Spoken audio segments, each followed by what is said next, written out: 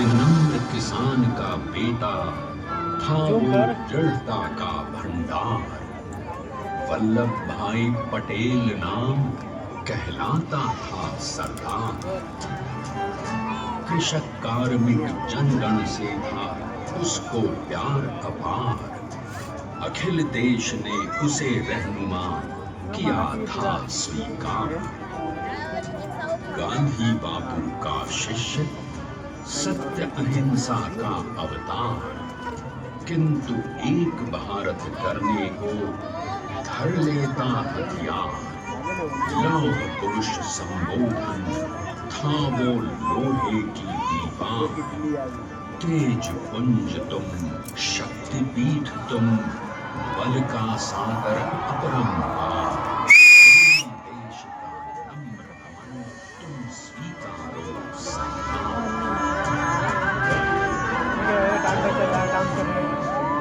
अरे देखा है डांस किए तो 1857 में अंग्रेजों को ललकारने वाले पहले स्वतंत्रता संग्राम के एक सक्रिय थे झवेर। करमसद गांव के इस बहादुर देशभक्त किसान और उनके पत्नी लाडभाई के 5 बेटों और एक बेटी में से चौथे पुत्र थे वल्लभ भाई। बालक वल्लभ ने करमसद के बाद नडियाद से अपनी हाई स्कूल की शिक्षा पूरी की। फिर 13 साल की उम्र में उनकी शादी भी हो गई छोटी सी झवेर बाई से। 2 बच्चों, बेटी मणि बहन और बेटे डाया भाई को जन्म देने के बाद झवेर बाई असमय ही चल बसी। सदी बदलने और 20वीं सदी आने पर उनका जीवन भी एक चमत्कार की तरह बदला। प्लीडर का इम्तिहान पास करके वो वकालत करने लगे। पहले गोधरा, फिर आनंद और उसके बाद अहमदाबाद में।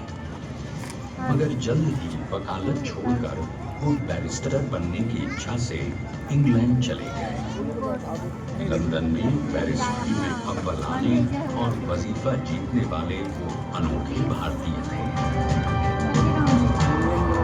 अब तो अहमदाबाद की वरिष्ठ अदालत में बैरिस्टर पटेल की जिरह और जीतों की धूम मच गई।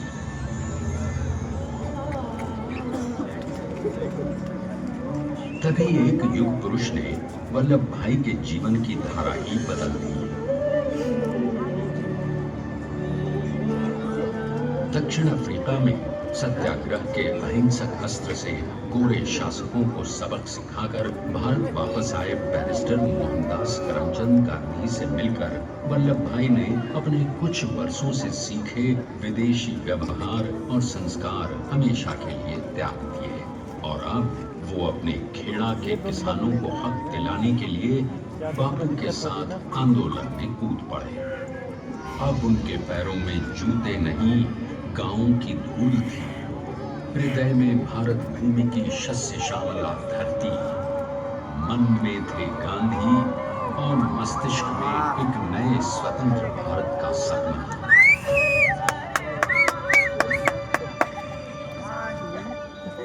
तभी बारडोली के मजबूर मजलूम किसानों की यातना का समाचार उनके पास पहुंचा। तुरंत वल्लभ भाई वहां पहुंचे और यूं शुरू हुआ भारत का सबसे बड़ा और सफल किसान आंदोलन बारडोली। वल्लभ भाई ने बारडोली के 87,000 किसानों को ऐसा अटल, अडिग, अचल मनोबल दिया कि अंग्रेजी सरकार हिल गई और 1 बरस के बाद उनका लगान माफ कर दिया गया। अब तो पूरे देश में लोग वल्लभ भाई के नाम की कस्में खाने लगे। स्वयं महात्मा गांधी ने कहा, अब वल्लभ भाई मेरे शिष्य या साथी नहीं, सारे देश के सरदार हैं और देश को मिल गया एक अनोखा असरदार सरदार।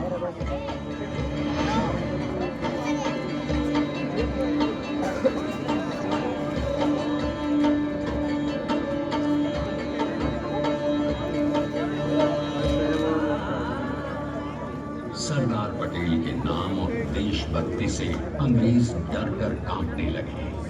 1930 के नमक सत्याग्रह और दांडी कूच में वो बापू से भी पहले गिरफ्तार किए गए। तो 1932 में फिर उन्हें बापू के साथ ही जेल में 2 सालों के लिए डाल दिया गया। मगर आजादी के दीवानों को, स्वतंत्रता के परवानों को कौन गिरफ्तार कर पाया है?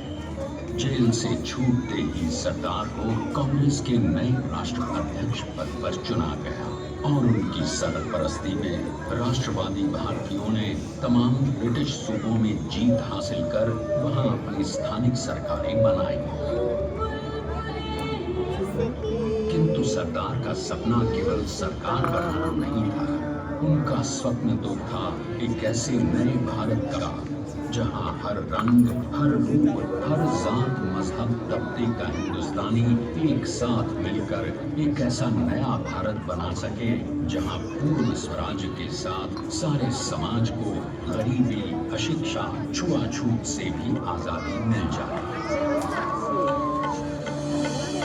इसकी पहली रणनीति थी भारत को अंग्रेजों की गुलामी से आजादी, ताकि भारत के लोगों की अपनी सरकार सबके साथ और सबके विकास के लिए काम कर सके।